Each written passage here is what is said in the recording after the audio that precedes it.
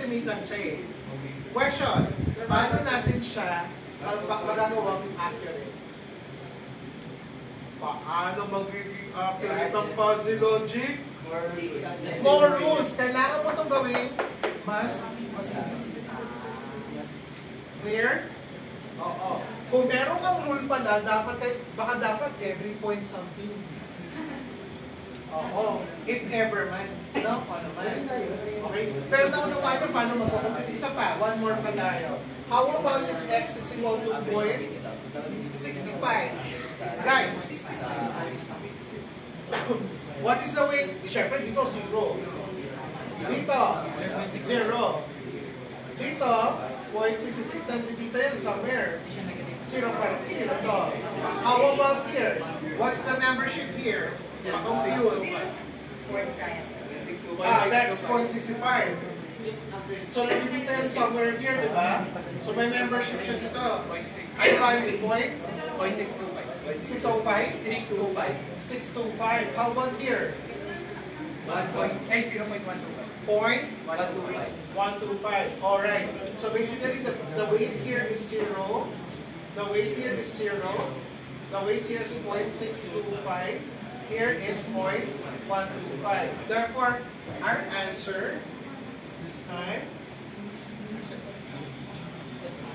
Okay. Ano na ang sagot natin? 0 multiplied by 0, tama ba?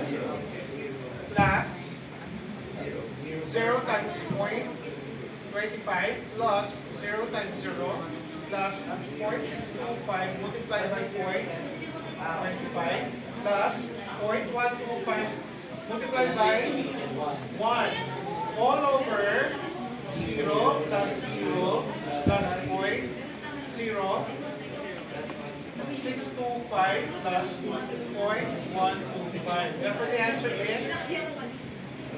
here is 0.625 plus, 0.625 multiplied by 0.25 plus 0.125 all over 0.625 plus 0.125. The answer is 0.375. Okay, guys. What is again? What is 0.65 squared?